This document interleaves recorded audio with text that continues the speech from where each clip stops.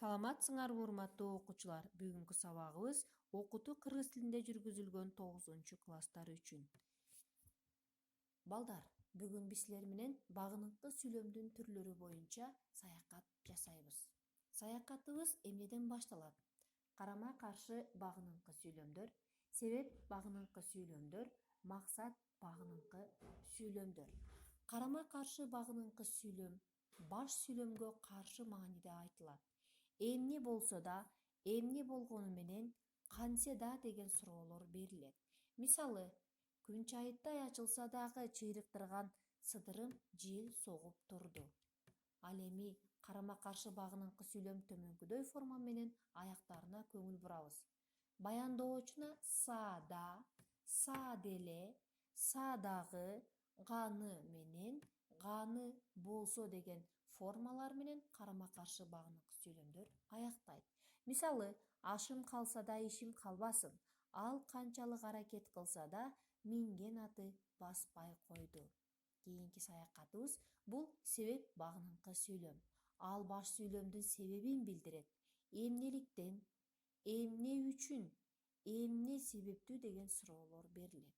Мисалы, жол тайгак болгондуктан Бектемир жай гана бастырып келе жатты. Себеп багыныңкы сүйлөм баяндоочуна соң, кийин, ган, гандыктан, ган үчүн, дан мүчөлөрү жана жандооштор уланат. Мисалы, бороон катуу болгондуктан алмалар көбөйүп түштү. Көпчүлүк батышпай турган соң чогулуш сыртта болду. Кийинки саякатыбыз бул максат багыныңкы сүйлөмдөргө. Баш сүйлөмдүн максатын билдирет. Эмне максат менен, эмне үчүн, эмнеге деген суроолор берилет. Мисалы, Нурлан тоого барып келсин үчүн энеси кам көрө баштады. Максат багыныңкы сүйлөмдүн баяндоочуна о, ö, у, ү, ыш, сын, бас, басын мүчөлөрү уланып, катар үчүн деп деген сөздөр кошулуп айтылат. Мисалы, көчөттөр тез күч алсын үчүн аларды үзгүлтүксүз сугарып турабыз. Анда эмесе балдар, машыгуу көнүгүүлөрү. Бул жерде дагы биз сүйлөмдөргө саякат жасайбыз. Бул сүйлөмдөр кайсы багыныңкы сүйлөмдөр экенин биз таабышыбыз керек. Башкача айтканда, аныкташыбыз керек. Биринчи мисал, эл уйкуга кирсе да электр лампалары жаркырап күйүп турат. Кандай багыныңкы сүйлөм? Сугатчылар эгин аянттарын жогору сапаттуулукка сугарыш үчүн арыктар ойдогудай казылды. Кайсыл багыныңкы сүйлөмгө тиешелүү? Мугалим эртеңки замандын кишилерин даярдагандыктан анын иши ардактуу жана жооптуу.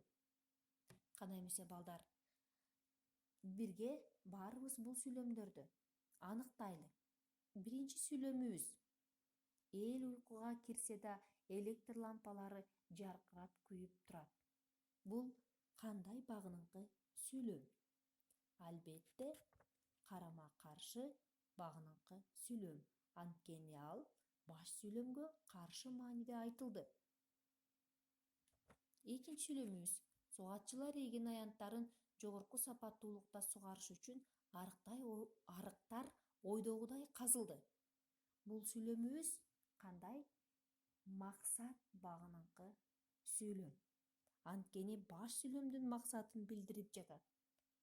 Үчүнчү сүйлөмүбүз: мугалим эртеңки замандын кишилерин даярдагандыктан анын иши ардактуу жана жооптуу.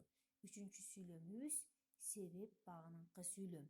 Анткени ал баш сүйлөмдүн себебин билдирип турат. Урматтуу окуучулар, бүгүнкү теманын негизинде үйгө берилүүчү тапшырмаларга көңүл бурабыз. Тапшырмалар 3 түрдө болот. Төмөнкү мезгил багыныңкы сүйлөмдөргө карата баш сүйлөмдү ойлоп таап, көпчекиттин ордуна жазып, тыныш белгилерин коюу керек. Уулум жайлоого барса экен деп. Экинчи сүйлөм: үй бүлөсү күндөлүк кабар менен тааныш болуп туруу үчүн. Ал эми экинчи үйгө тапшырма. Себеп багыныңкы сүйлөм. Жөнөкөй сүйлөмдөрдөн багыныңкы байланышта татаал сүйлөмдөрдү түзүү. Демек, бул жөнөкөй сүйлөмдөрдөн биз татаал сүйлөмдөр түзүшүбүз керек. Башкача айтканда, себеп багыныңкы сүйлөм. Үчүнчү тапшырмабыз. Баш жана багыныңкы сүйлөмдү белгилегиле, тыныш белгисин койгула. Демек, бул сүйлөмдөрдү окуу менен биз алардын баш жана багыныңкы сүйлөмдөрдү белгилеп, алардын тыныш белгилерин коет экенбиз. Кымбаттуу окуучум, анда эмесе бүгүнкү саякатыбыз мына ушу менен жыйынтыкталып, кийинки сабакка чейин көрүшкөнчө сак саламатта калгыла.